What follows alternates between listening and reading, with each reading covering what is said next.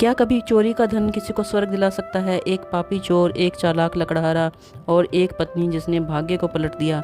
सुनिए ये अद्भुत पौराणिक कथा। कांचीपुर में वज्र नाम का एक निर्दयी चोर रहता था। वो दिन रात लोगों का धन चुराकर जंगल में छुपा देता। उसे कभी इस बात की चिंता नहीं हुई कि उस धन का मालिक कितनी मुश्किल में होगा। एक रात वीरदत्त नाम का लकड़हारा वज्र की चोरी को देखता है।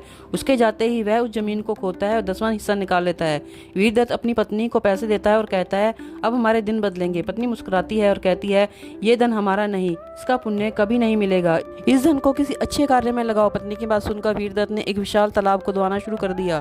तालाब बनाकर सीढ़ियां लगवाने से पहले धन समाप्त हो गया। वह फिर से वज्र के पीछे पीछे गया और चुपचाप 10वां हिस्सा निकालकर काम शुरू करवाया।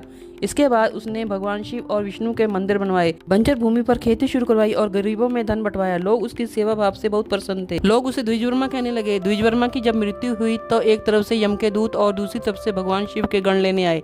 दोनों में भयंकर युद्ध हुआ। नारद जी पधारे और बोले, इसने चोरी के धन से परोपकार किया है, पर पाप का बोझ तो बना ही है, इसे अब प्रायश्चित करना होगा। द्विजवर्मा की आत्मा प्रेत योनि में 12 वर्ष तक वायु रूप में भटकती रही। नारद जी ने लकड़हारे की पत्नी से कहा, तुमने अपने पति को सही राह दिखाई, इसलिए ब्रह्मलोक तुम्हारा है।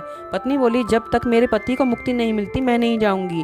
जो गति उसकी वही मेरी। पत्नी ने शिव की कठोर आराधना की। अंततः शिव प्रसन्न हुए और द्विजवर्मा को प्रेत योनि से मुक्ति मिली। दोनों पति पत्नी को उत्तम लोक की प्राप्ति हुई। उपकार से पुण्य मिलता है, लेकिन पाप के मार्ग से किए गए अच्छे कार्य भी अपने साथ दंड लाते हैं। इसलिए भलाई का रास्ता कभी पाप से नहीं शुरू होना चाहिए। ऐसी ही मनोरंजक कहानियों के लिए मेरे चैनल को सब्सक्राइब करें और वीडियो को लाइक